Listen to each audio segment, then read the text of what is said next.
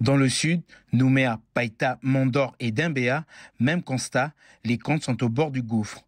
Perte de recettes fiscales liées à la crise insurrectionnelle du 13 mai, la situation critique des comptes du gouvernement a un impact sur toutes les communes. Les 33 collectivités communales doivent faire des arbitrages budgétaires draconiens pour maintenir un équilibre financier.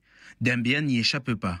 Oui, on a trouvé des solutions entre les lignes de trésorerie, entre les aides qui viennent aussi d'autres partenaires financiers tels que l'État de manière mensuelle et aussi le peu de trésorerie que nous verse la Nouvelle-Calédonie.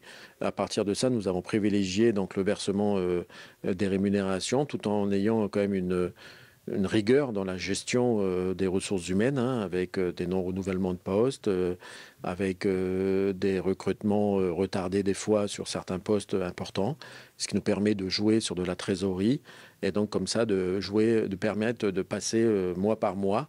Et là, nous avons maintenant une lisibilité jusqu'à la fin du premier trimestre, donc ce qui donne une certitude.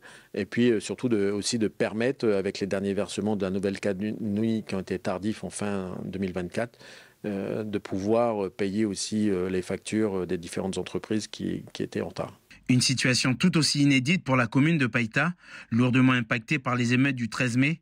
Dans cette commune de 25 000 habitants, le coût de la reconstruction est estimé à près de 800 millions de francs.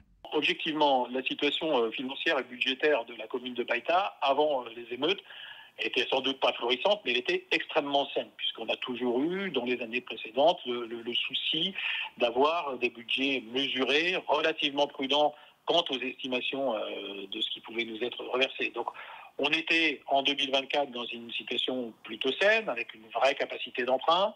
À ce jour, c'est difficilement le cas, c'est quasiment d'ailleurs plus le cas du tout. Donc, sur les 20 dernières années, très clairement, on pourrait remonter plus loin, mais la collectivité commune de Païta ne s'est jamais retrouvée dans une situation telle, avec des arbitrages aussi difficiles pour les élus du conseil municipal. À ce stade, les communes sont toujours dans l'incertitude.